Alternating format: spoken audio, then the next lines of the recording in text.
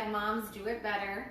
I have my very first and my most precious guest here, Miss Lex. I call her Lex because that is actually what's on her Facebook. It's Lex Marie, and she has her own YouTube. So if you want to go ahead and say your YouTube and Instagram. So my YouTube is Life of Lexury, Lexury. Okay, now. And my, what is it? What was the other one? Instagram? Instagram, yeah. What's your IG? Reckless_thinking.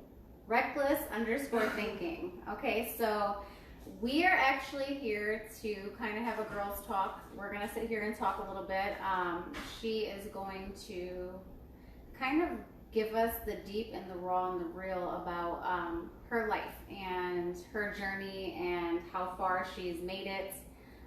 For a lot of people who don't know, she's actually becoming very successful in YouTube and Instagram, as well as in cosmetology. So she knows how to rock it. Any makeup tips and stuff like that, definitely hit her up and ask her for it. So I just want to thank you for coming and being brave enough to come and talk with me about this. I take that as an honor. Still scared. Yeah. We definitely have all the snacks out, so as we kind of sit back and get comfortable, we just kind of wanted to invite you guys in on our journey of talking here. So I guess I kind of want to just start off by saying, you know, can you tell us a little bit of like where you grew up?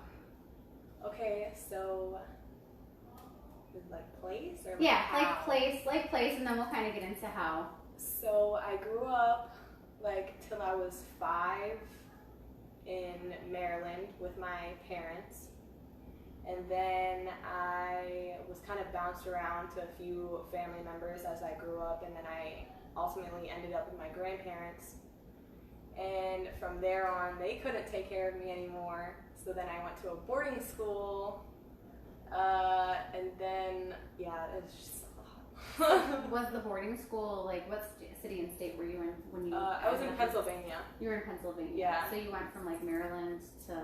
Maryland to Pennsylvania, then I stayed in Pennsylvania for a while, and then somehow I ended up in Ohio too. What city in Ohio? Do you want to claim the city first off? No. No. But yeah, and then I ended up here in Wisconsin, and now I'm in Texas.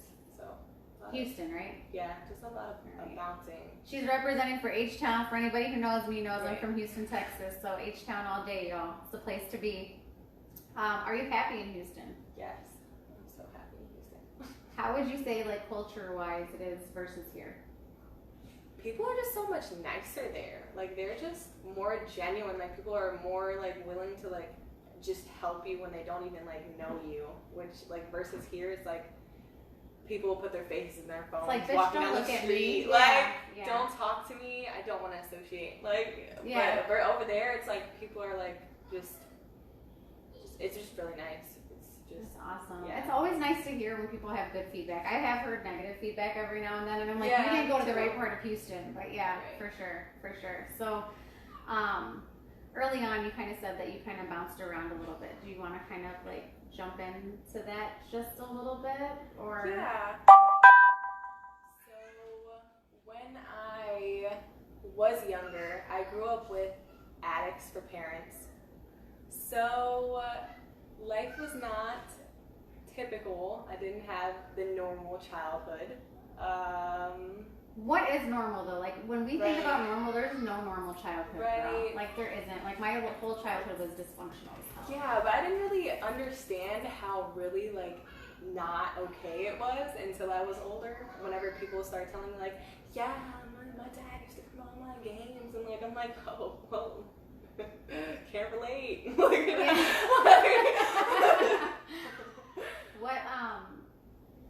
What do you say, like, a memory of, like, so both your mom and dad were addicts then at the same Yeah. time? Okay, so Yeah. that had to be difficult, Lex. Like, that really had to be really difficult. Like a lot of people say they can't like really remember like being that young, but I feel like I had so many traumatic events that I cannot like I vividly remember certain things. Like I feel the same way. I can remember at a very early age certain I feel like I remember stuff from like when I was 2. Like that is just ridiculous. Like, Do you think that you would feel comfortable possibly saying something that happened that was kind of traumatic that you do remember? Like, what is your earliest traumatic memory that you do have that was kind of like, This holy one shit, that's time, not normal? I remember being put in the bathroom of a motel, like with it was this stuffed bunny that I loved, and I could only ever take one toy with me everywhere we went, because we went from hotel to hotel, to family member's house, to friend's house, to this place and that place, and I always had this stuffed bunny, and I was just in there just talking to my stuffed bunny, but like I could hear like crashing and like stuff being thrown and like them screaming at the top of their lungs and like bottles hitting the wall and like stuff like that, and I'm just like in there like nothing is like even going on, just talking to my bunny. And then I think back to that moment and I'm like, wow, like kids are so innocent, like that is just not okay. Like, and you didn't even know what was going on. Yeah. Like, if you could, at your age now, remembering that and what was going on, what would you think was going on outside of that door? oh, they were messing each other up big They were time. fighting. Oh yeah, they were definitely, yeah. I still remember this one time when my mom cracking a bottle over my dad's head, like stuff like that.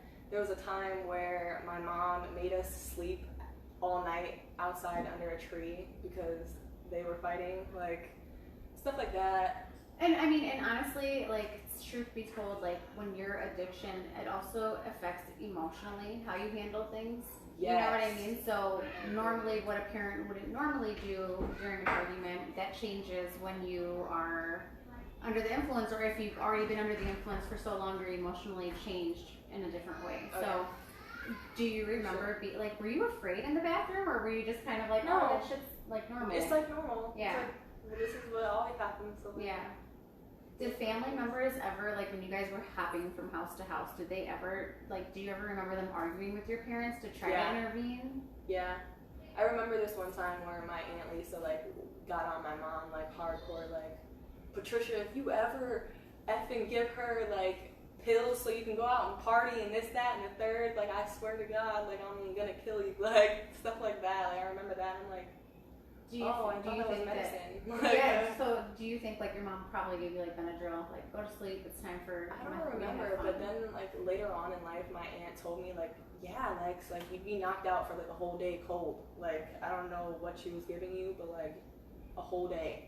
I'm like, And so, I mean, when people say that, right? Because like people have said different things, like even to myself, like about when I was a child and stuff. And I'm like, well, why the fuck did you not just come and grab me and take me? Right. Like, why did you not just take me? Like, what was Right. going on? You know, I was or why? thinking that When you too. see things, or I hear people say stories, like, why do you not just go grab that child? Let the cops come to your house. Why don't you just go? Like, do you ever feel that way sometimes? Like, why did you not Yeah. just grab me? Like, if Yeah. I was like, you saw something was going on, like. yeah. But then at that time, like a lot of my other family members that were seeing it were also like going through addiction and stuff. Okay, so do you So feel it's like an like- addictive gene kind of runs through the family a little bit? For sure. Yeah. Like, Does that make you kind of scared with certain things, like ever like drinking or stuff like that? Do you Yes. ever feel kind of like, damn, I don't ever want to fall off the bandwagon in that I sense? have fell off the bandwagon actually. So I know what it is like, and I know how it feels to be completely submerged into addiction. Like it's, So you've suffered from it also. yeah, and like I don't know. Take your time, boo. So It's okay. Take your time. So whenever I was, I'm gonna say like around 10, like around that age, my grandfather and my Aunt Lisa both passed away at the same time, like, and they were both like people that raised me. Yeah. So like I fell off the deep end for like a while. So do you feel like that was like your first emerge into? Was it like heavy? Were you like into heavy drugs, or are we talking just like marijuana? I feel like that's where it all started, and then it got worse. Okay. Like, Do you want to over the like? years. I mean, do you want to elaborate? Like, what was like your first introduction into something a little heavy? It was marijuana. Was it marijuana? Oh, It's yeah. always, they say it's always a gateway drug, right? You guys, I'm actually gonna just read a couple comments really quick, Lex, while you're talking here. So yes, everybody's saying that they're so proud of you right now. So I want you to feel proud of yourself too. Okay. And this is going to be very difficult. So anybody who is tuning in, just know like Lex is keeping it 100% real right now. So everything that she's telling you is completely from her. Okay. I think that she thinks that I said Alexa, which is funny, but I didn't. Okay. So yeah, so definitely make sure you're tagging, reposting this. You know, this is something that's kind of huge for her. It's a huge growth moment. So we just want to keep this as raw as possible, and I want you to feel as comfortable as possible. So if you don't want to answer anything, you just say it's okay, Elaine. No. So marijuana. It started with marijuana, and was it just like, was that just kind of easing the pain of losing the loved ones that you had at that time? Like, was that? I think it just made me forget, like. You were just kicking it. It was like a kicking moment, like free, fun. Yeah, and that was like years, like probably 5 years after I was separated from my parents. My father had already passed away from addiction, and then I was just really angry just at the world, and I was just mad that I didn't have parents, and like all the other kids had parents. I hear stuff all the time like, well, that's why your parents are drug addicts, like. That's why you don't have a dad. Like, and did you ever wonder how people knew these certain things, or was it something that? No, like, but kids would say it in school. Like, it's just like it blew my mind. Like, how do you know this? Like, yeah, that's actually kind of crazy. Kids are very cruel, and that's where it takes a lot of like, you know, parenting to make sure that your kids know that certain things they say can actually hurt and damage people. Right. So, well, now that I'm older, like, I'm obviously realizing that, like, parents probably talked, like, and I was probably the kid, like, wow, that kid's like, wow. Like, yeah, no, you know, and I mean, maybe kids do hear their parents talk, you know, but I think that sometimes they just say mean stuff just to say it. I really do. I feel like they just say mean shit sometimes. So after you kind of like how old were you? So you said you were 10 when you jumped into like marijuana? Yeah. That's young. That's young. Yeah. Like, where were you getting it from? Were you like, was it like older people, kids, older kids? Like older kids. So did you always kind of hang out with like an older crew? Yeah. Older crew? Yeah. I really did. Like, I always have been that way. But you had to grow up fast. I was always like rushing my life. Yeah. I feel. I can empathize with that one. Yeah. But, so yeah, I started with that, and then I got in more to like drinking by like 12. So yeah, that's early. That's early on. That's early on. That's what I'm saying. And it changes you emotionally. So, like, I've dealt with people in my close circle who were addicts, you know, like really close circle. And you don't continue to like emotionally grow when you start to like put all of that stuff into your body and everything like that, especially at a young age, you know. So as you get older, you start handling things still as like a kid, even though you're like your body's growing older, you know, your mind. I've seen that. And everything else. So I mean, 12 is very early, and you were going through a lot of pain. Now at 12, were both of your dad had just passed. Now was your mom still living at that time? My mom was still alive, but she only ever contacted me like every 3-4 years, like just to randomly call me and tell me the same spiel, like, Lexi, we're all gonna be a family one day. Riri is gonna be fine. Like, I'm gonna get a house. I'm getting clean again. Like, was it like a broken record? Yeah. Now at this point, it's like. Were you ever? So I know you said you jumped from like your family members. Were you ever like taken by the state and taken into like foster care? Almost, but almost. Okay, so and that's huge because you know even though I commend a lot of foster parents, there are a lot of really bad foster homes that could have potentially just like thinking about it now, like I'm like, wow, like it could have been way worse. Even though it was already bad, like it could have been way worse. Yeah, for sure. Now, is your mom still alive now? Yeah, my mom is still alive. She is still alive. Okay. Do you have contact with her like to date now? That like because you're a mom now, right? And you're expecting, so this has to like take a toll on how you parent too. Like your parenting, you probably are like so self-conscious with parenting because of what you went through. For sure. So I could probably say that you don't spank, because a lot of people who have gone through some traumatic things don't, and stuff like that. I mean, he might give her like a little pat on the butt here and there, but like, no. I'm a don't. spanker. Like, I am. I'm just gonna tell you guys, like, hey, if you need it, you get it over here. But I feel like she's still too little. Like, yeah. I really just like, no, like I can't. She's too cute. You seem like a great mom. So how has this affected you, before we kind of jump back into childhood, how has this affected you parenting wise? Like, what does this make you feel like when you think, like, do you ever stop and say, like, I never want to be like this? Or like, what do you feel? Well, with me, it's like, I never want my kid to see me overusing like anything, or like see drugs, or like see like mommy's drunk all the time, or like that's just normal. Like just recently, like I want to say 6 months before I got pregnant, I actually gave up drinking like completely. Wow. So it was like, that was like huge for me. Like, my husband's in awe. Like, yeah. But it's like, I am like sure that I just want to live like soberly completely. Like, is it because you're fearful, kind of? it's like that, but like it's always in the back of your head, like, well, if I'm doing this, like, am I still an addict? Like, or like, is there something wrong with me? Like, I don't want to feel like I need this. Like, I don't need an outlet. I can just do it by myself. Can anybody empathize with that? Does anybody, like, if you know anyone who has been through that, like, it's tough. Like, I'll tell you honestly, like, everyone knows in my past relationship I dealt with someone who was an addict as well. And like, say I'm like really stressed, you come home stressed, and you're like, I'm like, man, sometimes you're like, I need a freaking drink. Like, I just need to sit down and have a drink, right? But I never do it, you guys. Like, anytime that I'm stressed, I absolutely never ever do it, because I remember that was like a key trigger for somebody who was an addict. Now, I've never been an addict, okay? I'm not saying that I ever have. Oh, someone's calling her. I'm not saying that I never have or anything. I've never like indulged in like, I don't really think I have an addictive personality of that type, like, Yeah. I'm not saying like I've never smoked marijuana. I was a teenager at one point, I've done that.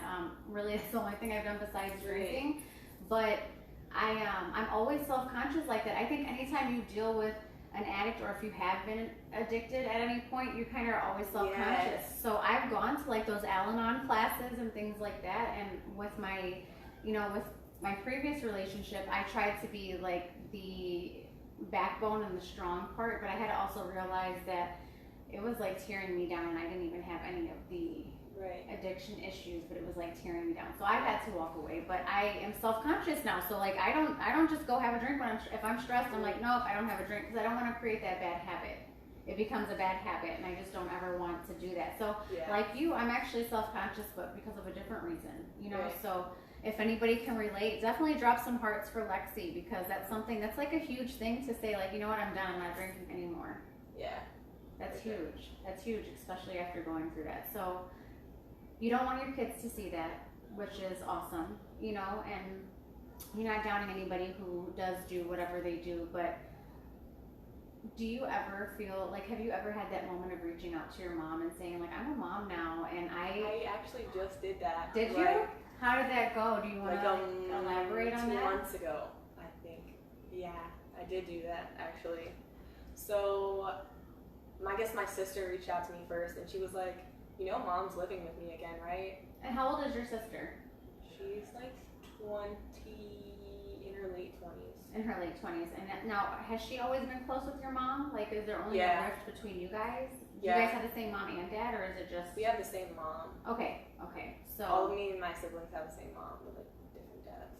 Okay. That's like the same thing with me and my siblings. We kind of all have different dads. So, did she stay with your mom even when you were taken? Yeah. She did. Yeah. She did. How did that come up as like a decision? Well, she went to live with her dad for a while, but then he actually died. So, yeah, there's a lot of that in this family. Yeah. But then she went back with my mom, I think. But yeah, that went pretty bad for her, actually. So, do you think it was a little worse for her? Probably way more than me. and probably remembers it way better. Is she older than you? Yeah. She's older than you. Okay. So when she called you and she said, "Hey, mom's living with me," what was your first like? It's gonna be another few months before she just dips out again. That was like your first reaction, like, "Oh, she's only there for a minute, like Yeah. 1 minute, and she's gonna be gone." Yeah. Yeah. So, did you call your mom? I didn't Or- call her. I actually sent her a very long message because I just didn't even want to have that conversation. Like, hear her voice. I didn't want to hear it again. Does it still hurt you? I want to say no, but I know it does. It does. like it'll always just hurt. What did you kind of say? If you want to elaborate just a little bit, like what was your feeling? Like if she's watching this, right? Let's Yeah. just say that at one point she might very well watch this. Like Right. when you said those, when you texted her what you texted her, you know, what did it feel like when you were saying it to her? It felt like I was finally like making peace, like with like a large part of my life that like I felt like I really needed to actually fully forgive her because for like a long time like Just take a breath, baby. ooh, I'm here. Don't worry. We got tissue and everything, girl. because like for a long time I was just so mad like I felt like she ruined my life and like I finally just put it to bed like. Did you tell her that? Did you say like, "Hey, I feel like you ruined my life. Like you took some things away from me that I can't give back. Like I'm Pretty completely much, different." yeah. Like, but I like told her I found God, like, and He's awesome, and like I really feel like I need to forgive you because it's gonna really affect my future if I don't. Like, How did it feel after harboring that for so many years, Lex, to be able to finally say that to somebody that hurt you? it felt so releasing. Like, I felt like I could finally move on.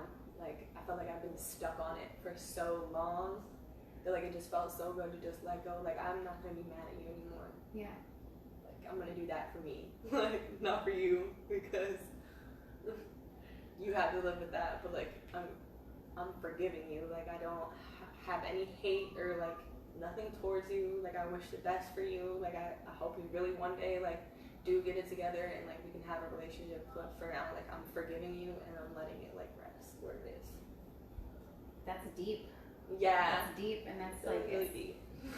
do you ever regret not being able to do that with your dad? Oddly enough, like there has been certain times where like I got mad at the thought of him, but like Because he's gone, it feels different, huh? yeah, like Yeah. I never really hated him. I feel like it was like my mom. Like Well, because I think that everybody kind of like, even though dads are supposed to be protectors, I feel like everybody looks to their mom to make sure that everything else goes in line. Like when you think about your own children, right, or your one child and your soon-to-be Yeah. baby. Even if dad messes up, you're still there to cook dinner. right, You're still there to make Yeah. sure that everything's okay. Even if you guys argue and you guys go storm your separate ways or you go for a drive, you don't drive around and say, "Hey, let's sleep under a tree." You're like, Right. "Let's go get some McDonald's," you know, and Yeah, you know that yeah, type of yeah, thing. for sure. So I mean, I feel that deeply. Sometimes releasing that is like the biggest like let go, which is why we're doing this today. Yeah. This is the biggest let go To be for you. honest, Yeah. yeah. It's the biggest let go for you. Did she text back? She actually did, but it sounded like the broken record again. Did it? So it was like I didn't even message back, and then she messaged me on Mother's Day. And Is it cute? Oh, I think someone messaged her. Let me see. I don't know what's going on with her little thing here. I think you can put it on like a mode where like nobody can call you. Yeah, I don't know why hers keeps doing that, but we can download this one too, so we can keep them both. All right. Where were we at again? Did I text It's back? broken. Yeah, broken. No, I record. didn't. I didn't text back actually. Because like, there wasn't like even like a sorry or like nothing. So it was like She didn't even say sorry. no. So I was like, yeah. It was just kind of like full of shit. Like, okay, whatever. Yeah. You're just saying what you want to say to make yourself feel better at Yeah, this point. Pretty Yeah. much.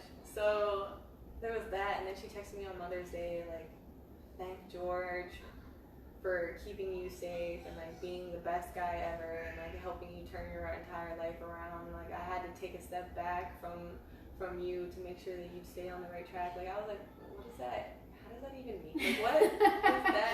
I don't even understand you at this point. Yeah. Like, Yeah, because I mean, in all reality, when someone says that, especially your parent, you're like, how do you take a step back from your child? Like, you know what I mean? Like, you never expect your parents to take a step back from you. Even as Yeah. adulthood, like, could you see yourself from Eliana taking a step back from her? never. Like, you know no matter what I what mean? she do. Yeah, like, no I matter could what you never. do, no matter what you go through, like, I'm gonna be there. And I feel like I feel you. I feel Yeah. you on that 100%. So traveling back to your addiction road, right? Yeah. Like, because now you're way more self-conscious about addiction. Because Oh, not yeah. only are you older, but you're also a mom, so now you keep everything in perspective. When you were spiraling and you started indulging, like, what is the hardest drug that you ever tried? I want to say Xanax. I feel like Xanax was the worst part So of was my it more life. like prescription drugs? They type were thing? the hardest Xanax that you could get. Like the most, like they were the green bars. They call them like Halts on the street. But like I think it was like 30 milligrams. Like. I think And were you that- taking like whole ones? Like is Yeah, I was taking like the Okay. whole thing. Oh my Sometimes God. 2, 3 at so a time. Did you like, have moments where you don't remember stuff? yeah, like literally do not remember, and had people tell me like, yeah, you were like literally insane last night. Really. Yeah. So when you were spiraling, were you ever conscious that like you're like I'm turning into an addict? Like I'm going down the same road. Were you ever conscious of that, or were you so under the influence that it didn't even faze you at that point? I feel like something in me like was like, Slow you know, down. you're getting bad, but like the other part was like, F it. Like, Yeah, it feels good. Like it feels good. I feel don't unstoppable. I anything. feel free. Like I feel like I don't have to worry about nothing. I feel like I have no responsibility. Like Yeah. yeah, it was like kind of just let go of everything, and that was actually right after I got terminated from my boarding school senior year, right before I got my $80,000 scholarship. Wow. So that was really whenever I was just like, F the world. Yeah, for sure. And did you even care? Did it phase you that you got kicked out of boarding school with that 80,000? Did that even phase you? It killed me at first, but then once I like started back into like really heavily using drugs, it was like, it's whatever. Yeah, it's whatever. We're fine. Yeah. Look at that. We're good. We're still Do in you college. regret it to this date?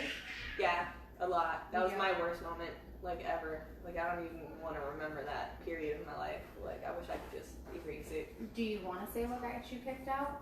Uh, Can you legally say, like, was it yeah. true? Like, Yeah. Well, I've already gotten, like, I didn't get anything for that, but, like, getting kicked out, like, that was my punishment. They couldn't technically do anything to me legally because I was on private property. But, yeah, I was actually selling drugs in school.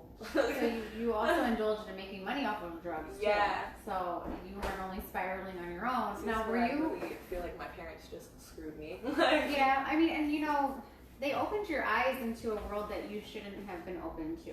Yeah, And so exactly. you jumped into that world and you were young, and then you kind of just stayed on that track because you didn't know anything different. And that's sometimes when we're raised a certain way and we don't see the light of anything different, we kind of stay on that same track until someone grabs us and says, oh, no, honey, let's look in this direction because that light is completely different. Right. So, okay, so how did you get caught? I actually don't know. Somebody snitched. I think Somebody so. I think That's so. what happened. Somebody snitched. Somebody said, Lex is selling, she's making money and I'm not getting a cut of that, and that's typically Yeah. that's probably. typically how some of that happens.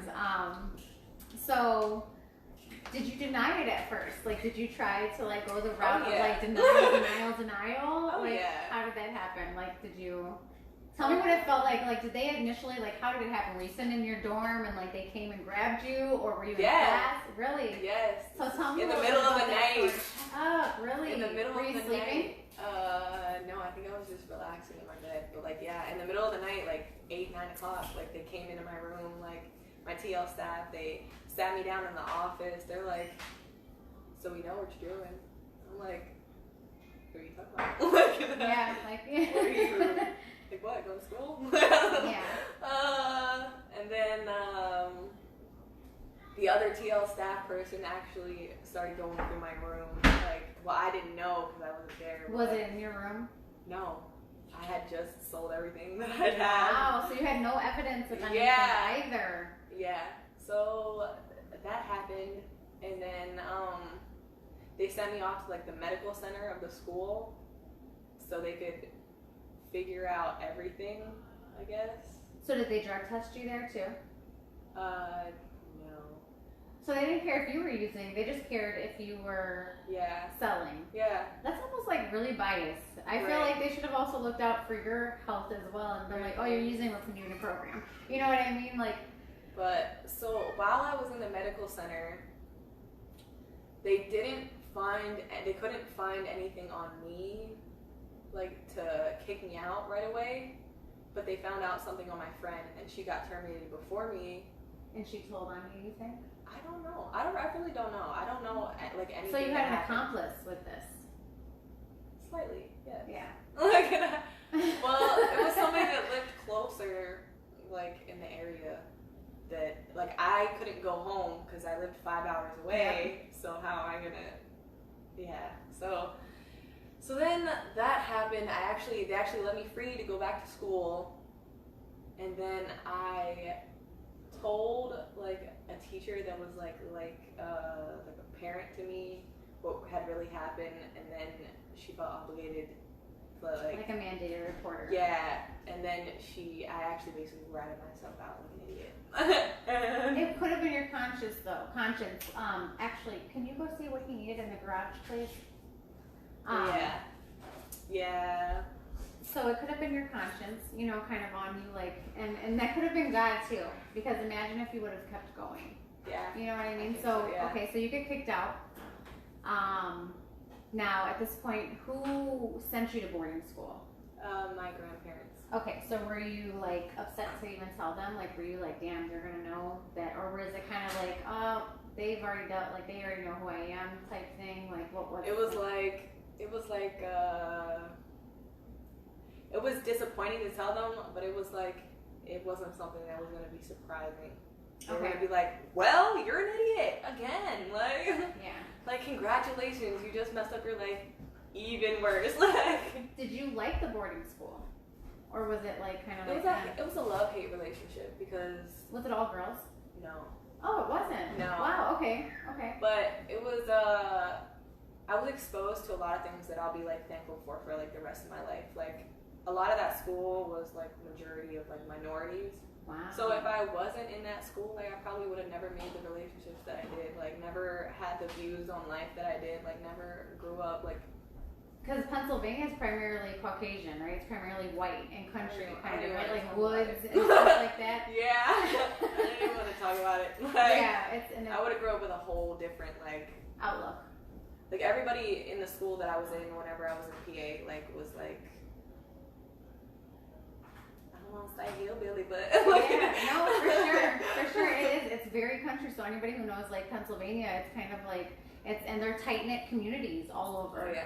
You know, so it's yeah. So and I think there's even some Amish communities going on out Yeah, there, isn't there? it's Like a lot of them. it's like in Lancaster, but like the school that I was going to was near Harrisburg, so like it was like right near the like hood. Yeah. So there was a lot more minorities in this boarding school. Oh yeah. So I definitely got a feel for all that, all the So culture. was this everything. boarding school more for like behavioral issues? Like was this where like people sent their kids when like you guys are just acting up all the time and it's time to go to boarding school type stuff? Is that kind of what this boarding school was? Or was this like a preppy, like I'm gonna pay? Okay. No, Okay. not at all. Like, it was like they called it underprivileged kids. So Oh, okay. That's what So, they said. yeah, So it was yeah, for, pretty much. Yeah, it was for the kids that they feel like they didn't want to bother. Yeah. Were you in trouble a lot before boarding school? Like, was that the decision making from your grandparents that you were in school and you were just messing up? Yeah. Did you not care about school, or were you bored? No, the funny part is that I was always a straight A student my Were you? entire time being in school. So what kind of trouble would you get in? Was it like talking back with the teachers or fights at school? Like what Talking exactly? back, always not listening, doing whatever I want. Like a lot of like my behavioral issues were at home. I feel like I was just really. So it was hard for your grandparents to have you at home more so than anything. Yeah. Were you like sneaking out and doing stuff like that? Because you were already kind of using at that time, I right? didn't start. Oh yeah, never mind. Yeah. Yeah. So was it easier? Because I feel like when you're raised by grandparents, it's totally different than being raised by parents. Oh, like, yeah. addict or not, right? So Oh, yeah. like with grandparents, it's like they almost don't want to see the Yes. bad. You know what I'm saying? So Yes. they let a lot more go because Yes. they don't want to see it. They'd rather just see like when you're in their face and you're doing good things, and that's what they focus on. Because I agree. that's what grandparents are supposed to do, right? They're supposed to be the uplifters and stuff like that. So do you find like it was easier for you to spiral living with them because it was easier to hide it? Yeah. Versus a parent to be like, nope, I'm searching your room every day. You're in the house at this time. Don't play with me. You want to play Yeah. with me? I'm sending you to rehab. Like, Yeah. because I feel like me as a parent, like I tell my kids all the time, like, let me find out you're doing something and it's gonna be like hell to pay in this house. I will be a warden all day. Like, and I feel that so hard. Like I feel that's that. part of it where I'm kind of like, my kids, one of their dads is an addict. So you potentially could have that addictive gene in your body. So you have to be mindful of that, and I have to be mindful of that as your parent, and that's where it goes, so. I feel like my aunt used to like tell me that so much as a kid though. Like you gotta like can't do this. Like you can't do It made this. you like, want to. Yeah. Yeah. Like And see, and I think that that's where like the happy medium comes. Like you can't be too hard on them when they're not doing something, Right. and then you can't expect them to. Like I feel like any parent, whoever sits here and expects that their kids are never gonna try anything, is almost naive. I feel Right. like that's a very naive yeah. feeling as a parent. So I don't keep that naive quotient inside of me. It's more so like at some point you're gonna want to try something. But if I feel like you feel that you're ready enough to try something, then you should be ready enough to talk to me about it. Yeah, I agree. I agree with that. And I kind of keep that like that level where it's like even if you've messed up, if you're honest with me, I'll go to bat for you, and I me can and agree you, with that. me and you will. I Yeah. might still be pissed off at you. You might still get punished by me, but it won't be to the degree where it could be. You know what I mean? Because Yeah. it's hard enough to For be sure. honest. So I feel like a lot of times my kids are too honest with me. Sometimes I'm like, why did you? Now I have to know this, and now I have to be conscious of this. But at the same time, it's like that's what I asked for. Yeah. That's what I asked for. So Yeah. even when it's kind of ugly and they're honest, I'm like, I think I'm doing a good job. Yeah, Because I they're being totally agree honest. with that. You know what I I mean? totally Like, agree with that. For sure. That's the parent dream. yeah, and then they're kind of like you too. So when kids have lived in like a household where there is somebody who is an addict, they're very self-conscious with that. So they're like, I don't ever really want to do that. Like that, Yeah. that scares me. And I'm like, I don't want to be like, yes, good. But at the same time, I'm like, yes, okay. Yeah. Okay, cool. Just focus on this because that's what you got to focus on. Right. Do you feel like you'll have these talks with your daughter as she gets older? Do you think that you'll let her know, like, do some parents let people know, like, who they were? Some parents tend to not do that. Like, do you feel like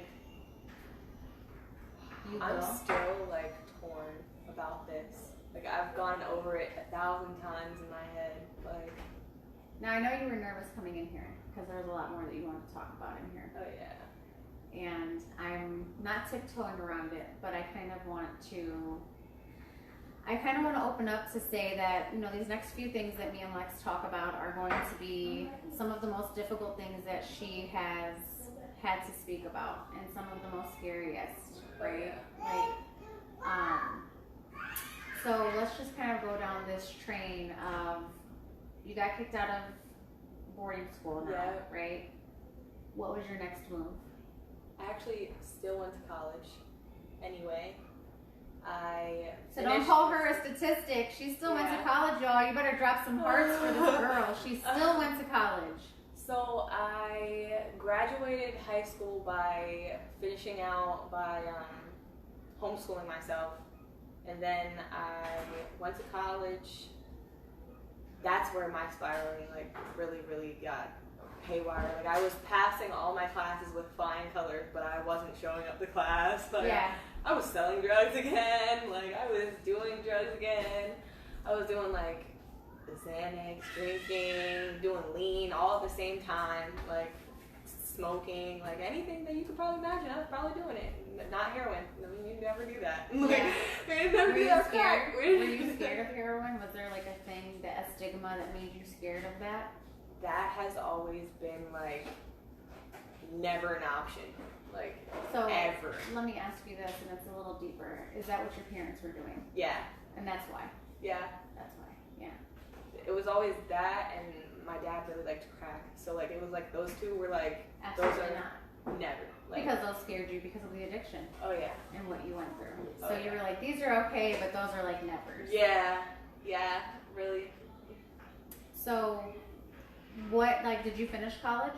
So after a year, I dropped out because I didn't realize that like even though I'm passing my classes, not Yeah. going to class is a whole different grade, and it was starting to make me like my grades slip. I even failed like 2 classes, not because of my grades, but because I wasn't going. So I was like, you know, I'm not even gonna get in debt for this, and I'm just gonna stop. What were you going to college for? Psychology. Wow. Yeah, What made you choose that field? because my childhood. Oh yeah, I've always like loved like talking to people, and like I always feel like I can, like I'm really like an empath. Like I can. I feel think you people really out. are too. I mean, our first physical meeting, we were there for a long time and we talked for I a long know. time, right? We Yeah. talked for a long time. It was very open. It was very comfortable. I've always kind of felt comfortable with you. So I feel like you do definitely have that empath energy where you can definitely, you know, transmit that off to people. Yeah. For sure. So you decided to quit. Yep. What did you do after that? Now, how old are you at this point? I was 18. 18. 18, So 19. 19. So you 18. kind of 18. No, I was 18. 18. Okay. And while I was in college, I actually got into this relationship that has changed my life forever. Okay. So he was abusive. The first time it happened, it was like right before he went to jail. So it was like he beat me, spit in my face, told me he was gonna kill me, and then went to jail. I was like, Did he go to jail because of that? no, it was for something completely different. Okay, but it was just kind of like a godsend that he went to jail after you got beat Yeah, up. and that's whenever I really spiraled, and then the Zans happened and all that. That's whenever it really happened. How long were you with him? 6 months. 6 months. How often was the abuse in the whole 6 months? After that, he went to jail for like a couple months, and then whenever he got out, ooh, this is a hard part. Okay. This is Take really your hard. time, babe. So whenever I had dropped out, I was homeless for a while, and I didn't have anywhere to go, so I went to a friend's house, and I couldn't keep up my waitressing job because it was 30 minutes away, and I didn't have my own car, so I was using my friend's car, who needed to go to work also. So I was like, you know what? Went to go live with another friend, and then became a dancer. So after that, I felt like, hallelujah, like I'm doing it big, like I'm finally making money for myself and take care of myself. Like nobody can tell me nothing. Like nobody can tell me nothing. Like my family can't tell me nothing. My friends can't tell me nothing. I'm finally doing it. And then he came back. And then he came back. It always happens that way. And then he came back. But yeah, so then I went to live with him and his dad, and I was still dancing. And that's where it popped off. Like, was he abusive during that time? hella. All the time. All the time, dude. What kind of abuse did you endure with him? I'm just gonna give one story because that's all it takes. But I remember this one time him like hitting me in the head with a shoe and then like smacking me around a little bit, and then he told me that he was gonna kill me like after I like ran out of the apartment. because I was screaming like help, like. And then he told me to get back in. He threw me back in the apartment. He went and got a knife, and then that's whenever I ran into the bathroom, locked myself from one end, and there was two sides of the freaking bathroom. So like I remember just being like feeling like I'm in like a horror movie, like I'm about to die, like I'm literally about to die right now, like. So I locked myself on the other side, and he's running around to go to the other side of the bathroom, and I'm like fidgeting with the door, like I'm like lock, like. But yeah, like, and then I had to call his dad while I was in the bathroom and tell him like, your son's trying to kill me, like can you please come home and like let me leave, like because I'm scared. Did he try to break through the door? He hit it a few times, but like then he just kind of like left. Like I don't know where he went or like what. I don't know. Was that your last time with him? Yeah. That scared you enough that Yeah. was it? Yeah. That's scary. That's definitely scary. Yeah. Do you think his dad knew that there was abuse going on? Oh no, he definitely knew. He just never intervened. It's almost like when you ask for help and no one ever helps. Yeah. Like when you ran out of the house that day that you were running, where you were screaming for help. Yeah. You're almost positive somebody hears you screaming, right? So like when and like nobody ever came. yeah, Like, and no one ever comes. Like I've been through abuse, so I know that. Like you run outside, you're screaming.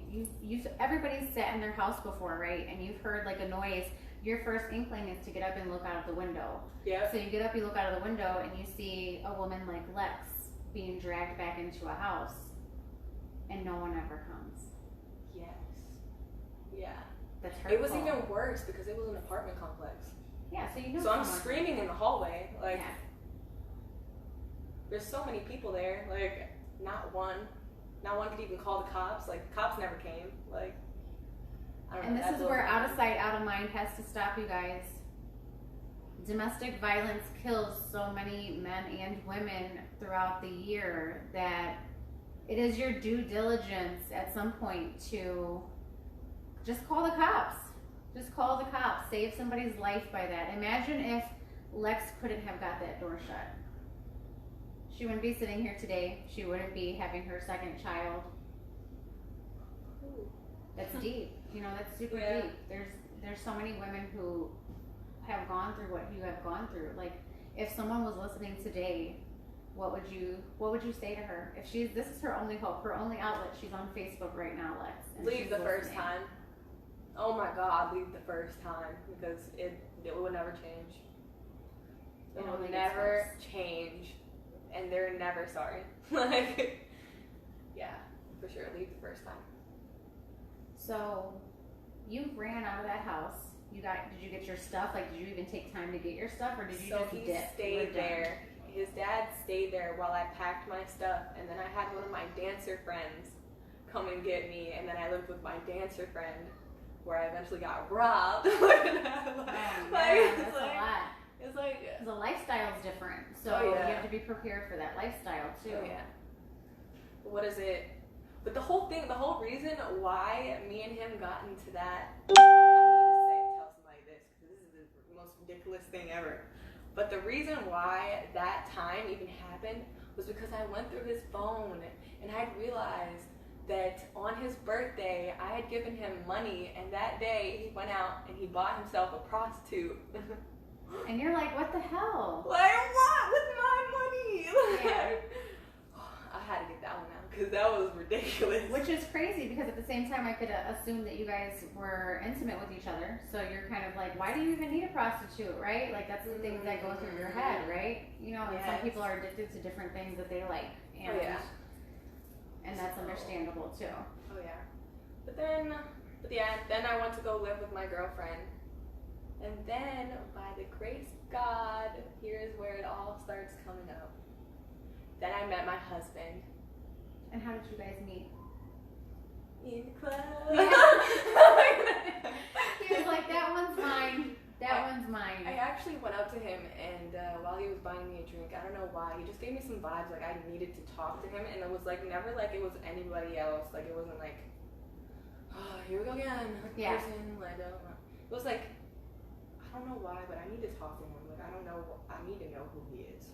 And then I went up to him, and he was buying a drink, and the bartender just gave him his cash, and then I took his cash and put it in my bra, and he just looked at me, and he smiled. And that's when I knew. So That's did what I you, knew. at this time, were you still kind of using and stuff like that? Were No, you still, I wasn't using you at were all. sober at this time. I was completely sober. I like. But you were still drinking. You just weren't doing I was drugs. drinking like Seldomly seldomly, and I was probably I was smoking weed. smoking weed, which is the lesser of the evils. I know Yeah. a lot of people smoke So, weed now, I so wasn't getting studies wild. have shown it's not that bad, right? So no judgment here. And if anybody ever wants to say anything about Lex's venture into the club, her man already knows about it, so we can just nip those rumors in the bud now. Oh yeah, yeah. I just thought I would say that since everybody likes to take stuff and run with it. Oh yeah. You know, so you wanted to get to know him. Was it like an instant attraction? Yeah, Yeah, you were instantly attracted. Yeah. You were like, that's mine too. yeah. I don't know what it was, but like, yeah, I just knew. And then, I think I was still with the abuser. That hadn't happened yet. It happened 2 days after I met him. Okay, so you just kind of met him. You were like, oh, I just want to talk to him. It was nothing serious. You guys just had a talk. He was just another person that came into the club at that Yeah. time, but you were attracted. And Yeah. that was it. Okay. And then, so I guess he felt the same way because he came back a second day, even though he was like a truck driver. He was Okay. supposed to leave like that And day, he but he still came came back to see me again. And that's when I was like, what is going on here? Now this time you're getting abused. You go to work. No one ever knows that you're going through this abuse. You hide it. I'm sure bruises, makeup, all of that good stuff, right? Well, yeah, and then, well, like, the first time I met him, he had bought a room with me, and the whole time we spent, like, talking about, like, our lives. Like, Yeah. it wasn't even, like, a room. It was, like, we're just, So he's like, I talking. want some private time with you, and then you guys just sit there and talk. Yeah.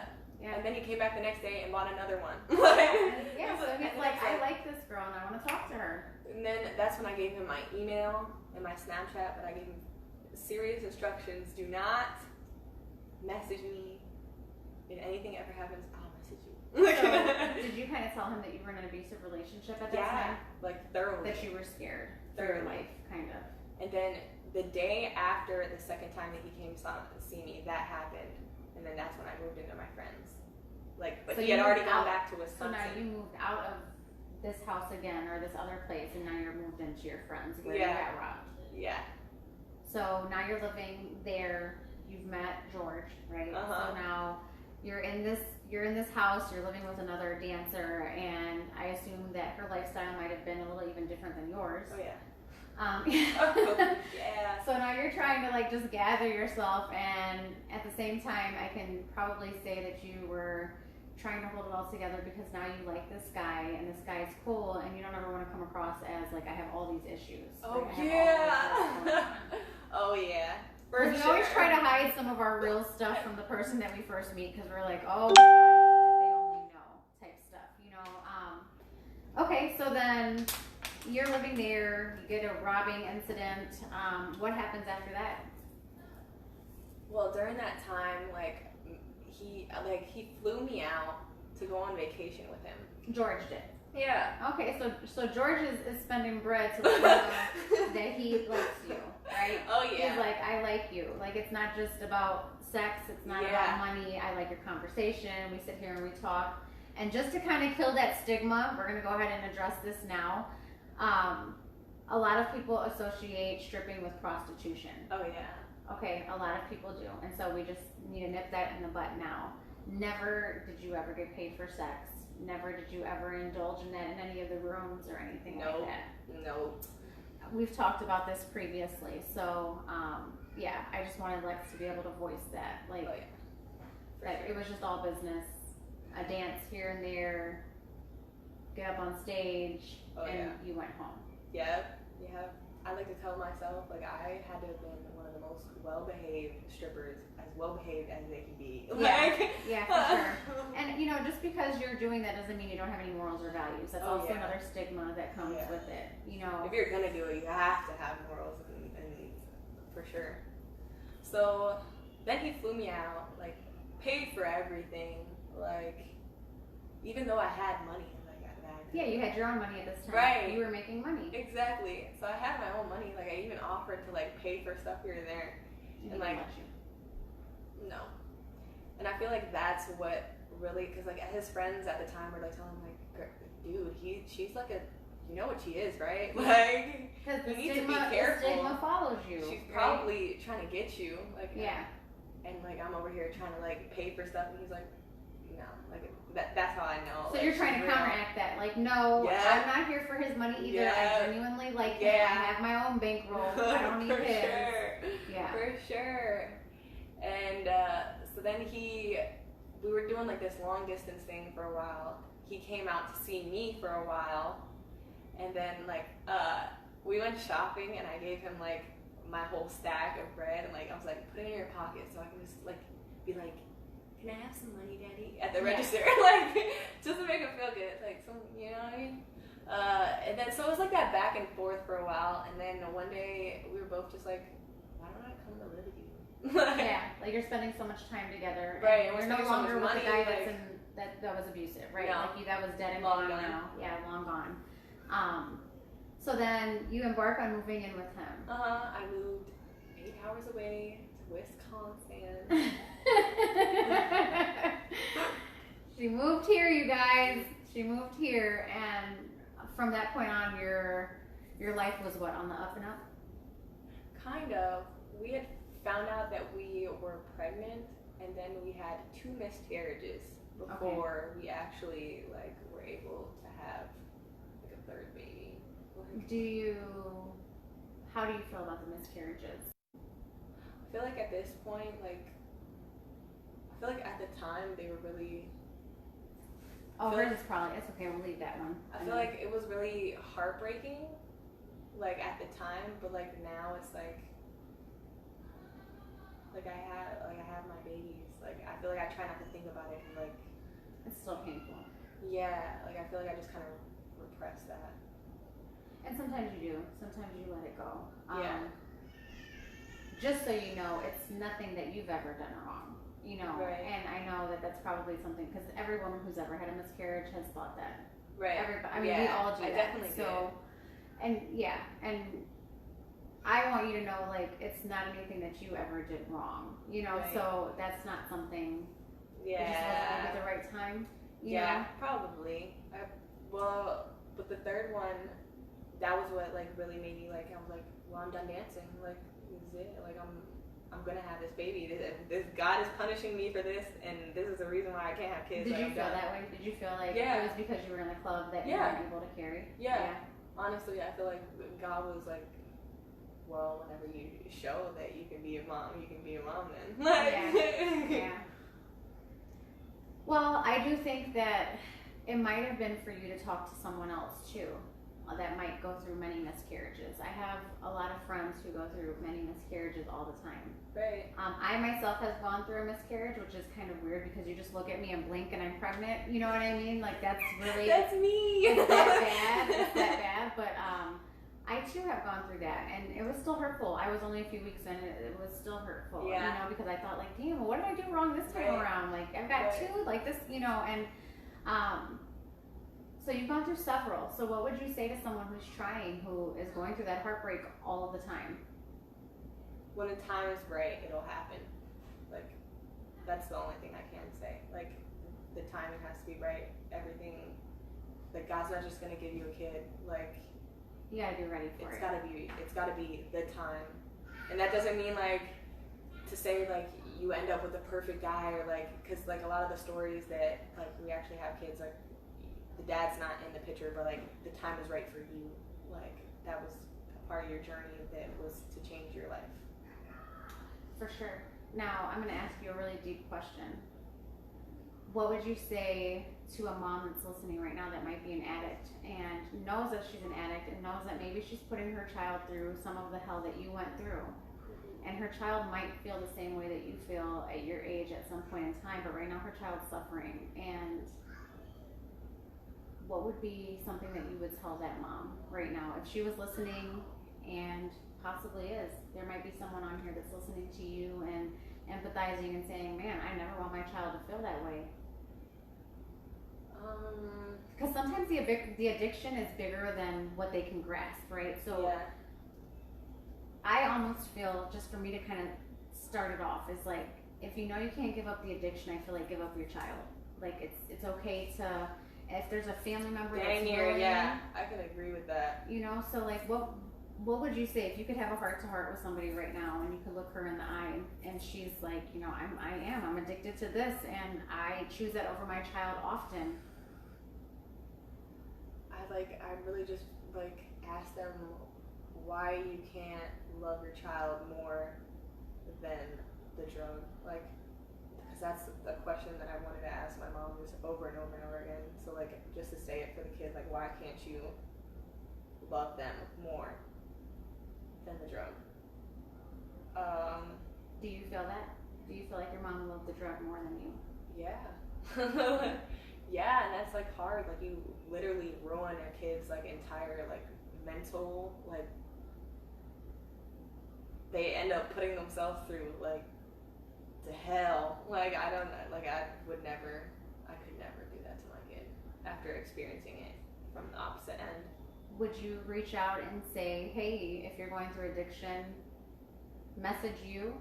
For sure. Message you and say, hey, you know, if you have a child, you know, let's see if there's a grandparent. Let's see if there's an aunt or an uncle or a cousin or, you know. Yeah, for sure. I definitely would. Because a lot of times people always think that it's daddy issues with women, but we often suffer from mommy issues. It's equal. It's so equal. Yeah. You know, daddy issues stem to a certain part. Daddy issues stem to a part of like how we look at our partners a lot of times. But mommy issues stem to how we raise our kids. They stem to how we emotionally handle arguments. They stem to how we emotionally handle life. Oh yeah. As a woman.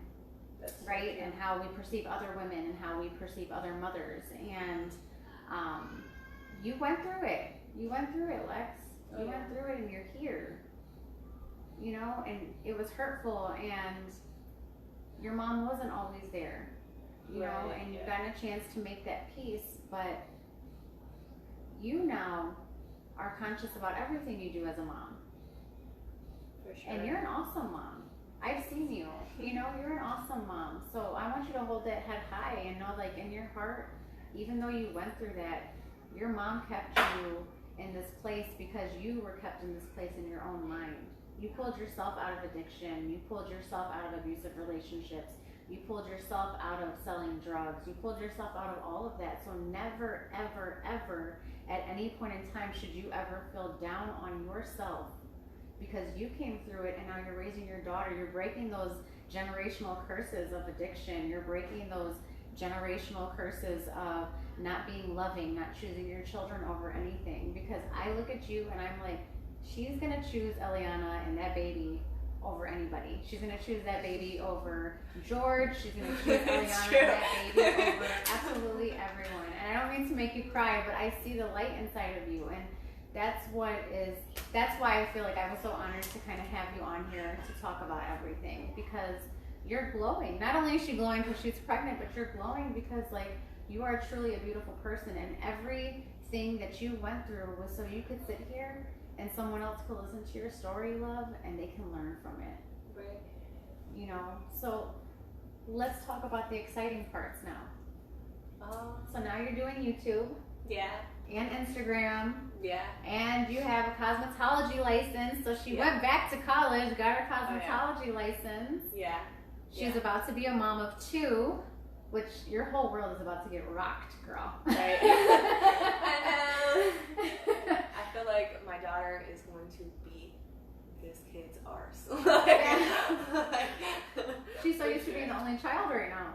Oh yeah. Right? So she's got like only child syndrome. She's very strong. You're making her strong. You are being everything that you didn't get to her. And that's amazing, girl. Are your grandparents still here? My grandma is. So do you have a relationship with her? Yeah. Over the years. Is she proud of you? I think so. Yeah. I like to think Doesn't it feel good when they're proud of you like that? Like, you know, are you proud of yourself? Yes. Like, when you think about everything that you've gone through, like, do you ever just sit back and be like, wow, I'm like so proud of myself? Because I feel like that's important. I've never been out of a hole so long. Like honestly, it just feels like I was just like torturing myself. Every next torture, Like it's never gonna end. You were living what you learned. It's like I was like, it's never gonna end. It's like, wow, it's been over for a while now. Like, So free. yeah. You broke those chains, girl. And I'm not saying I'm perfect because there's a lot of stuff. No, I for sure, yeah, we're not saying that, but we're saying that you're achieving things now. Now you have like a ton of YouTube followers, you have a ton of Instagram followers, you're working on your cosmetology, switching that over to Texas now, right? Like you do nails, you do hair, you do makeup, you're doing tutorials about makeup, like, you know, so what is the most exciting thing that you're looking forward to? Is it like the YouTube, the baby? Is it like everything? Or are you just living in a bubble of happiness now? Yeah. It's just one big bubble of happiness for sure. Can't wait for this baby to come. How old are you, if you don't mind me asking now? 4.5 months. 4.5 months. Yeah. So I can't wait for this baby to drop. But I'm just looking forward to like the YouTube like growing. Like it's already like grown pretty fast, but like I'm looking for it to like get bigger. Yeah, for sure. Way bigger. Like and everything to just get bigger. And then once everything's big enough and I'm making my own like income off of all that, then I'm gonna start like my own cosmetic line. Are you? For sure. So when you think like once you've made it to the top, like when you see yourself at this point at the top, what is one way that you're gonna turn around and give back to somebody? Like what do you feel like you're gonna do?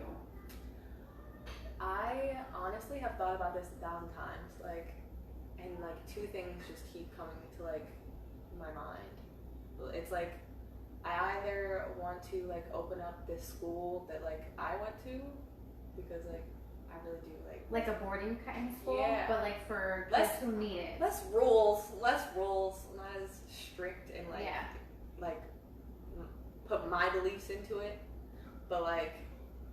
Also, I want to like go to like third world countries. I don't know why for some reason, but like it really just resonates with me. I really want to go to like third world countries and like help with irrigation systems, help with schooling, help with like. That's awesome. That's an awesome way to want give to do back. that. That's an awesome way to give back. And there's like, I feel like there's a huge need for another school like that here in America. We have so many. I mean, we have a lot of kids that are in the foster system. And it was Imagine if free. they could go to a boarding school instead of a foster system where it's a ton of kids just like them, where it's not in a household with foster parents that could potentially hurt them more, or you know what I mean, and everybody's going through a system. And not like jail, I'm talking about like a actual, like not juvenile, not that type of thing, but something where it's like if they need therapy or therapeutic services, it's there. If they need someone to talk to, there's activities they can get into any sport that can be looked at for scholarships. They can, you know, because that's what you were doing, right? You were like, you were ready to get a scholarship. Your grades were awesome. Yeah, that blows. That's okay, because you're on a different journey now. Yeah, for sure. For sure. So is there anything else that you want to touch base with the audience that you feel that you want to just let off so you're fully free, like it's a free for all? If I could like say one thing, it would be like no matter like how bad it gets, like it can always get better. Like, it can always get better, for sure. It can always get better, and like I wouldn't be able to do half of these things like if it wasn't for God, like for real. So you're a firm believer in God. God like, pulled you. He pulled me straight out. That's awesome. I feel like he gave me George, and like George was the key to everything else. Like here, like now, guys go to church, and like, everything just fell into place. Like that's awesome. So I want to say thank you for sitting with me here in my living room. We're in my living room, guys, and saying all of this live on Facebook. Right. Like, this is out there now. It's here. It's done. She lived her truth, so nobody can ever say anything about her that she hasn't said about herself at this point. And now you can just move on free. Free. And we'll be waiting if you drop a book about everything that's gone on and what you're doing. And, you know, if you ever want to do a second interview as you continue to go through success, whether you're in Texas or not, I would love to celebrate your success with you. That'd be awesome. So I just want to thank Lex for coming on. I will make sure to drop all of her YouTube links and Instagram links down in the comments, as well as on my Elaine from Bad Moms Do It Better page. And I just want to thank her for coming. She came with Ileana. Ileana is playing with, my daughter right now, and we had a really nice girl talk. I think this was a great girl time. Yeah. So one last question really quick for the hot seat is meeting a guy in the club, right? Meeting a guy in the club, were you scared? Yeah. For sure. Hot seat question number one. I have two of them for her.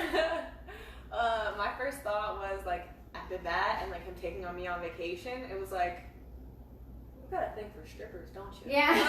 Like, You can never go in there again. you do this, Yeah. huh? Like, Yeah, for sure. Yeah, strip clubs no, we don't do that. No, Like, not that's at like all. Yeah.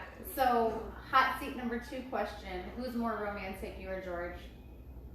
me. You're the romantic one. Yeah. Do you feel like you've always been very affectionate, or have you always been like an affectionate person? Yeah. I get that vibe from you. I definitely do. do. That's awesome. Well, I just want to thank Lex for coming on here, and you guys definitely tune in. We will have more with Lex to come. We appreciate you guys for coming. So y'all have a great day. Bye.